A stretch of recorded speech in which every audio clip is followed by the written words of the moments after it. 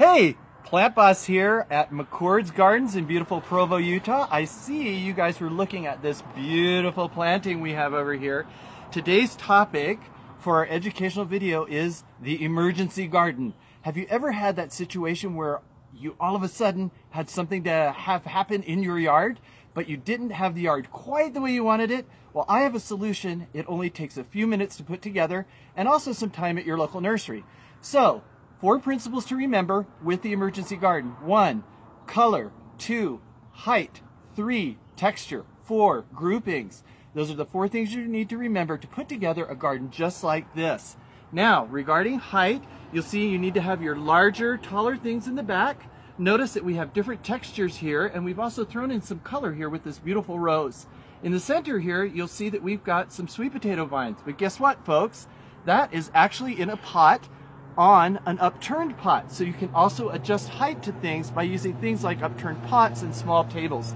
And then finally we have this beautiful, beautiful Karl Forester grass on the side to add some really cool texture and blow in the wind. In the front we've got geraniums, peppers, ornamental peppers, which are coming in right now here at McCord's and available for fall plantings, plus these other beautiful ivy geraniums. Keep in mind, when it comes to textures, you want to have different kinds of foliage and different kinds of blossoms to create interest in the garden. Also, too, when it comes to colors, if perchance you're going to have a wedding in your backyard and you found out about it at the last minute, make sure the colors go along with what the bride and groom like to have in their wedding. Finally, groupings. Don't just plant a single plant here and there. Group your plants together to create a stronger impact of color and texture so people have interest. Finally, you don't even need to take these plants out of their pots. If you're in a jam and you don't have time to plant, just place the pots in an organized fashion and in organized groupings so the pots are not noticeable. If you do have some pots that are noticed, a simple solution is an old white sheet or anything that you can think of to create a screen around the bottom of the planting. Even if you can mound up mulch around the pots just to hide them so it looks nice.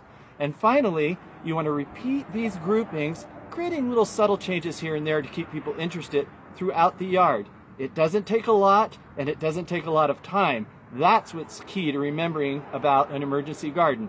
This is the Plant Boss coming to you live from McCord's Gardens here in Provo, Utah. And if you have any questions, please remember, get to us on Facebook and like us on Facebook too. Thanks a lot, folks. We'll see you again soon.